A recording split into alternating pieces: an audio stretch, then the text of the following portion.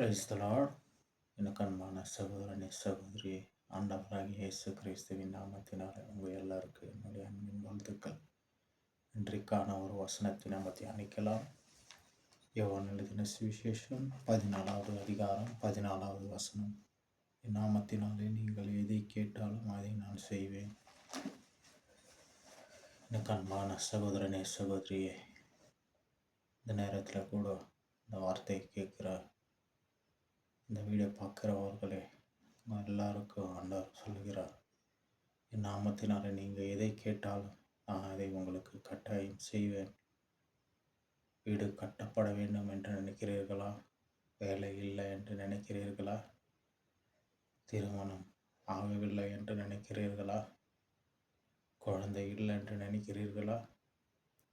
வீட்டில் சமாதானம் இல்லைன்னு நினைக்கிறீர்களா?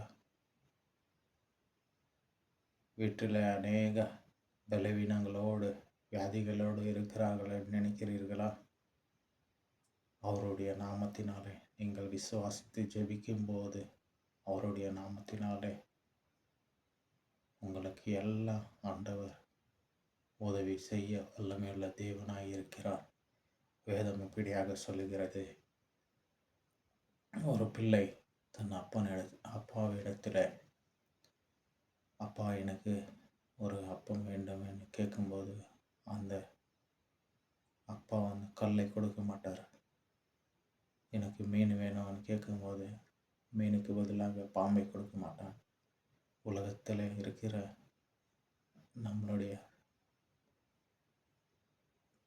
அப்பாக்கள் அப்படியாக நமக்கு நல்ல ஈவை கொடுக்கும்போது நம்மளுடைய பரமபிதா இயேசு கிறிஸ்து அதை காட்டிலும் நம்மளுக்கு மேன்மையானதை, நல்ல ஒரு அருமையான ஒரு காரியங்களை, பெரிய காரியங்களை செய்ய தேவன் வல்லமையுள்ள தேவனாயிருக்கிறார்.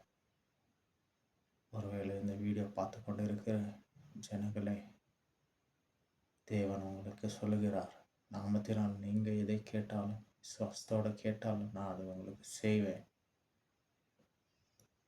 உங்களை ஆசீர்வதிப்பாராக. ஆமென்.